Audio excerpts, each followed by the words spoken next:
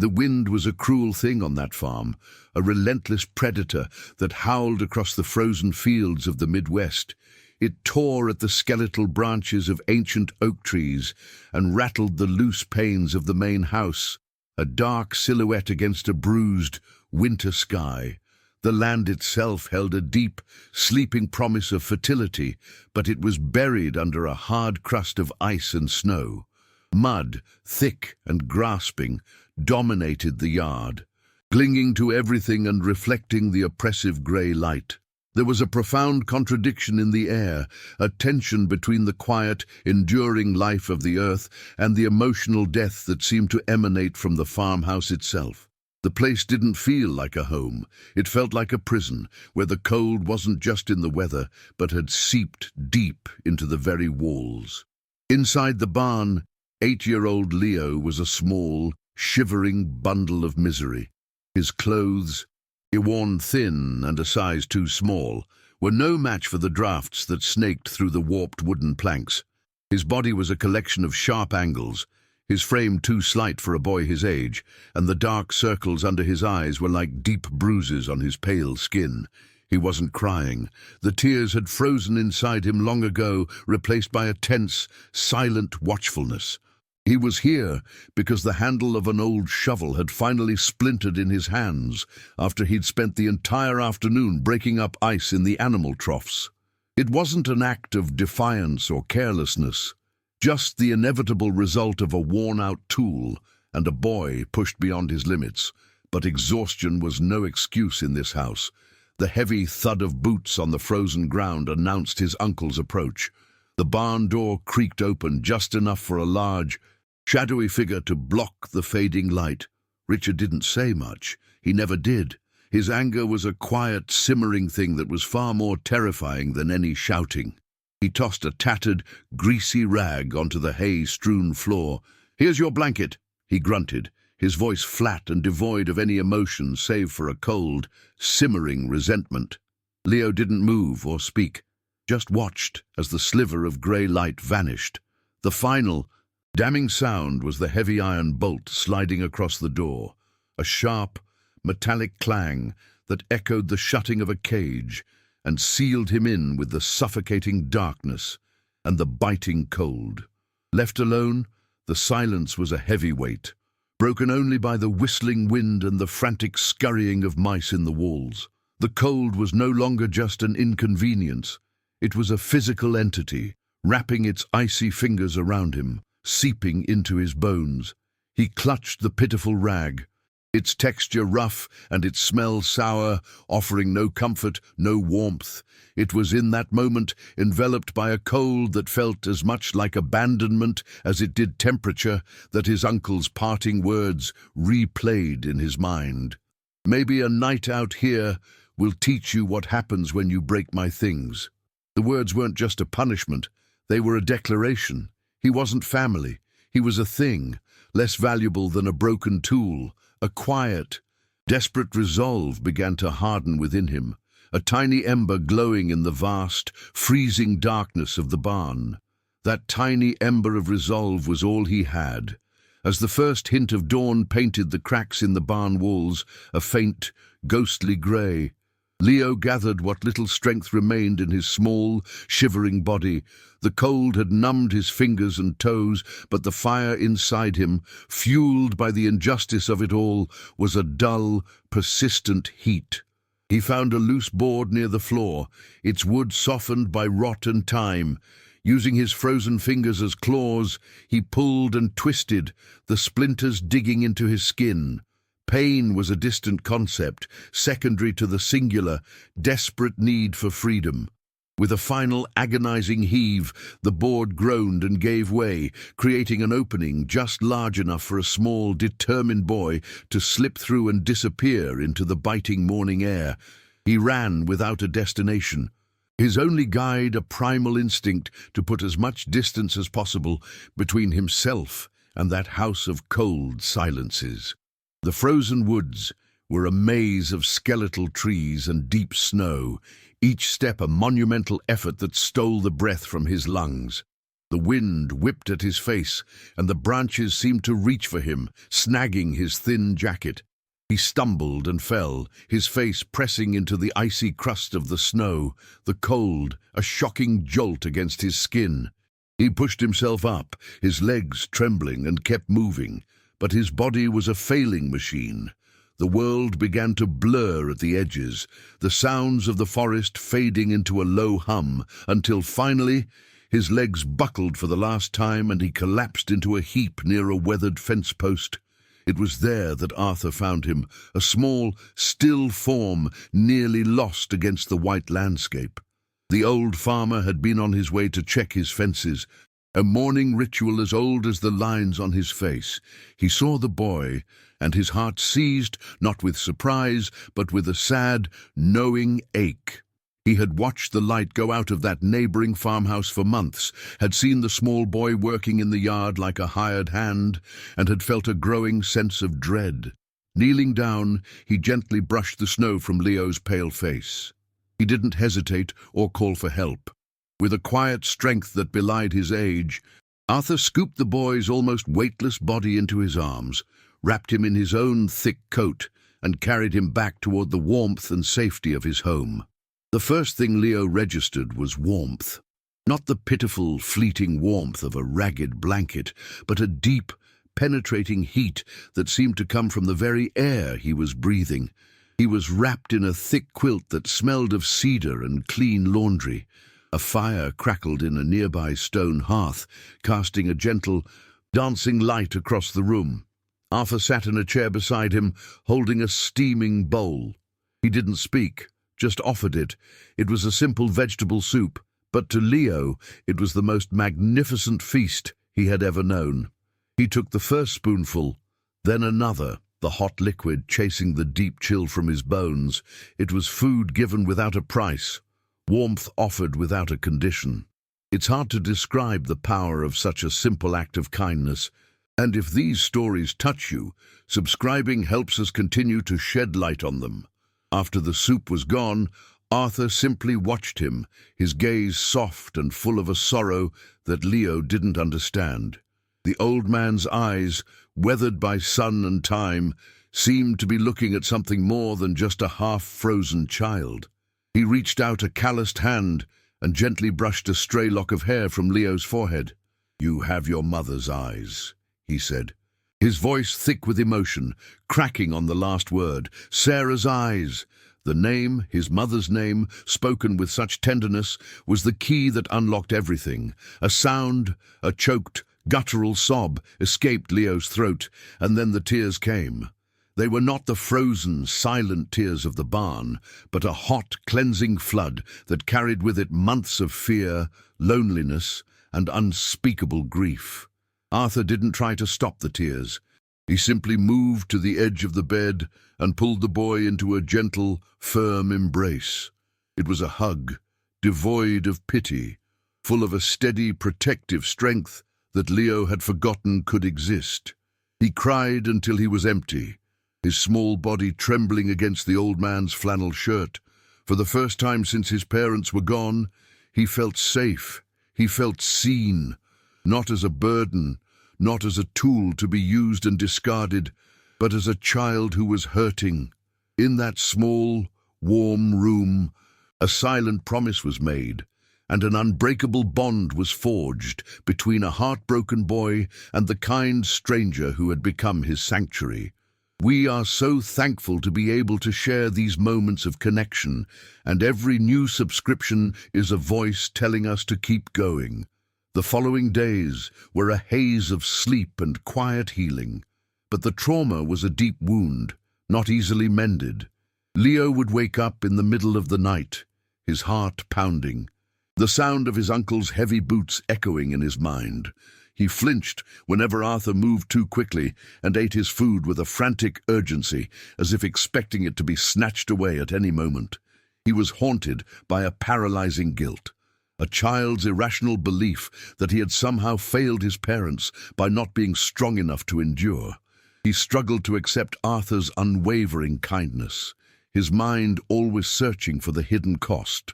the inevitable punishment that was sure to follow such generosity. He had been taught that love was conditional, and the concept of unconditional care was a foreign language he couldn't yet understand.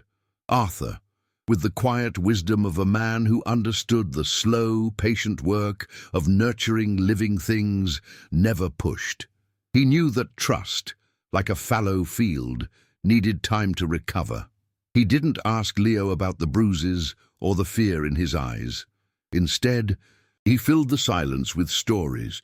He spoke of James and Sarah, not as tragic figures, but as the vibrant, loving people they were. He described James's booming laugh and the way he could fix any engine with nothing but intuition and a bit of wire. He talked about Sarah's garden, how she could make anything grow, and how she used to sing to her flowers. Through these stories, Arthur gave Leo back the one thing his aunt and uncle had tried to steal, the memory of his parents' love, untarnished and whole. Meanwhile, back at the farm, Richard and Brenda's concern was not for a missing child, but for a missing asset. When they discovered the pried loose board on the barn and Leo's empty bed, fury, not fear, was their first reaction. The boy was their leverage, their key to controlling the valuable land that was rightfully his. His disappearance was an act of defiance, an inconvenience that threatened their entire scheme. Richard spent the morning stomping around the property, his face a mask of cold rage, while Brenda made a few half-hearted calls, her voice dripping with feigned concern. Their search was not a rescue mission, it was a repossession. They needed to reclaim their property before anyone started asking questions they couldn't answer. It didn't take them long to follow the boys' faint tracks in the snow, which led directly to the border of Arthur's land. Suspicion hardened into certainty. They stormed up to the old farmer's porch, their boots thudding on the wood with an aggressive rhythm. Richard hammered on the door, not waiting for an answer before shouting, "We know he's in there, Arthur. You have no right to keep him. That's kidnapping." Brenda stood behind him, her arms crossed, her face a portrait of righteous indignation. When Arthur opened the door, he didn't flinch. He stood calmly in the doorway, his quiet presence a stark contrast to their loud accusations, and simply said, "The boy is safe. That's all that matters." His refusal to be intimidated only fueled their rage. Seeing they couldn't bully their way past the old man, they escalated their attack, turning to the mechanisms of the law to serve their corrupt purpose. They drove into town and went straight to the sheriff's office, weaving a convincing tale of a troubled, delinquent nephew and a meddling, possibly senile, old neighbor who had lured him away. The sheriff, a man who knew Richard as a landowner and saw Arthur as little more than an aging recluse, listened with a sympathetic ear. The weight of their lies, backed by their standing in the community, began to create a dangerous narrative. The external conflict was no longer just a confrontation on a porch. It was becoming a formal battle, with the law being twisted into a weapon against the innocent. Arthur knew a storm was coming. He saw the sheriff's car drive past his house later that day, slowing down as it passed, and understood that Richard and Brenda's threats were not empty. He shielded Leo from the worst of it, keeping him away from the windows and speaking in a calm, reassuring tone. But the boy could feel the tension in the air. That evening, as he tucked Leo into bed, Arthur's expression was one of grim determination. "Don't you worry," he said, his voice a low, steady rumble. "Your father was a smart man. He knew your uncle. He left things with me, just in case." In that moment, he wasn't just a kind farmer. He was a guardian, a protector who was preparing for a fight. He was holding a truth that he knew would change everything. The meeting took place in a small, sterile office that smelled of old paper and stale coffee. The air was thick with unspoken accusations. A social worker named Ms. Albright sat at the head of the table, her expression professionally neutral, while a lawyer reviewed a stack of documents. Richard and Brenda sat on one side, perfectly playing the part of worried guardians. They spoke in low, concerned tones, painting a picture of a difficult, troubled nephew prone to fits of fantasy. They described Arthur as a lonely old man, perhaps not entirely in his right mind, who had taken advantage of a vulnerable child's confusion. Leo sat beside Arthur, feeling smaller than ever, the cold weight of their lies pressing down on him, making it hard to breathe. He listened to them twist his escape into an act of delinquency, and Arthur's kindness into something sinister. Just as the narrative of the concerned relatives seemed to solidify, Arthur calmly reached into his worn satchel and placed an old manila folder on the polished table. He didn't interrupt or raise his voice. He simply slid it toward the lawyer. "James was my best friend," he said, his voice quiet but firm, filling the room with an undeniable sincerity. He was a trusting man, but he wasn't naive. He knew his brother's heart. The lawyer opened the folder, his eyebrows rising slightly as he pulled out a set of crisp, notarized documents. It was the original last will and testament of James and Sarah. The legal language was clear and unambiguous. Their son, Leo, was the sole heir to the farm, the house, and all financial assets, and in the event of their passing, full legal guardianship was to be transferred to their trusted neighbor, Arthur. A stunned silence descended upon the room. The lawyer read the key passages aloud, his voice flat and official, each word dismantling Richard and Brenda's story piece by piece. Brenda's face, once a carefully constructed mask of sorrow, twisted into an ugly snarl of disbelief. Richard began to bluster, claiming the document was a forgery, a desperate trick by a senile old man. But the official seals, the dates, and the signatures of the witnesses were all impeccable. The truth was undeniable, laid bare on the table for everyone to see.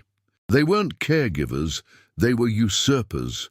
Miss Albright looked from the will to Richard and Brenda, her professional neutrality finally cracking to reveal a cold, hard glint of dawning comprehension and profound disapproval.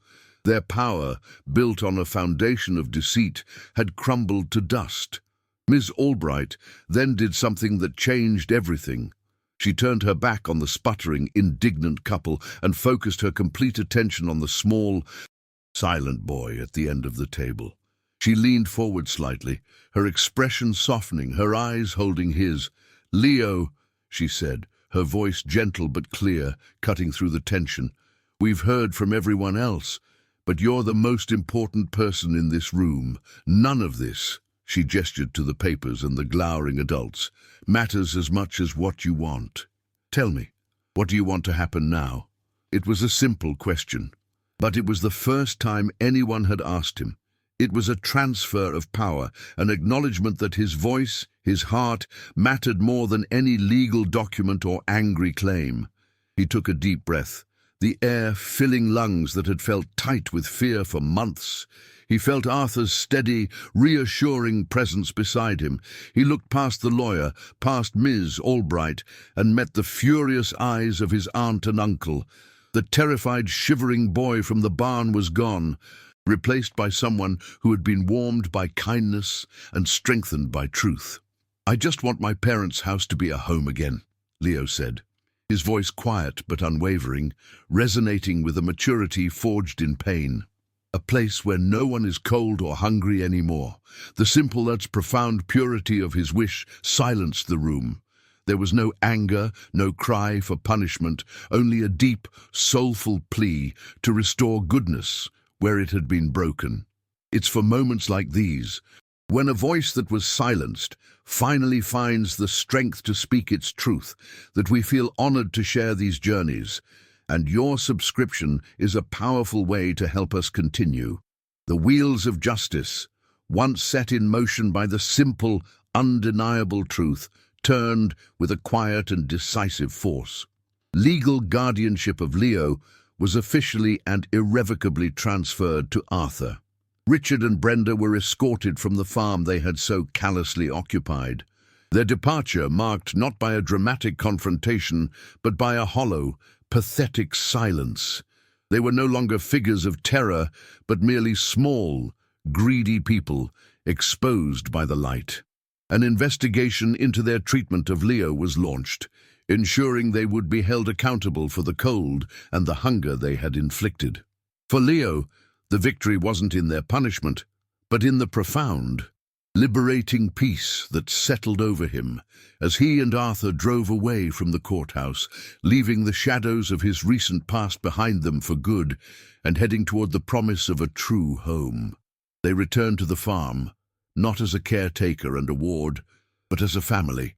The house, once a prison of cold silences, began to breathe again under their care. Together, they threw open the windows to let in the spring air, and the scent of damp earth and new life chased out the lingering smell of neglect. They painted the walls a warm, cheerful yellow, and Arthur helped Leo plant a small garden in the exact spot where his mother, Sarah, used to grow her prize-winning roses.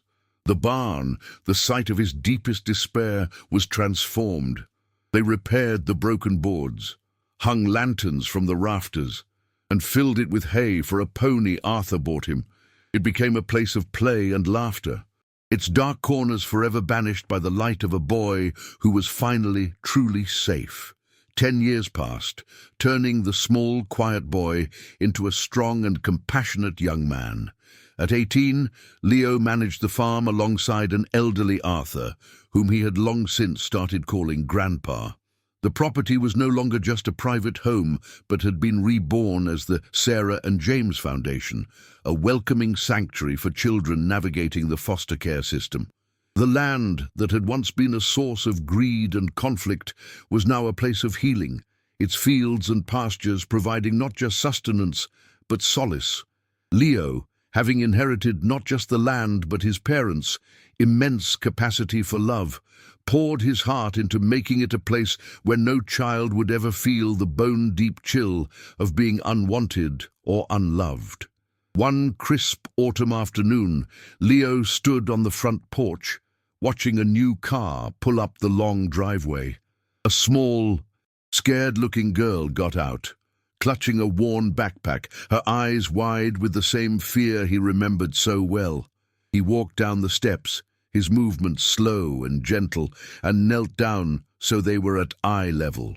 He didn't say much, just offered her a warm glass of milk, his own small hand once so cold and trembling, now steady and reassuring as it held the glass. "It's okay," he said softly, his voice full of a kindness that had once saved him. "You don't have to be scared anymore. You're home now." Seeing a life so beautifully reclaimed reminds us of the power of compassion, and by subscribing, you become part of sharing these essential stories of hope.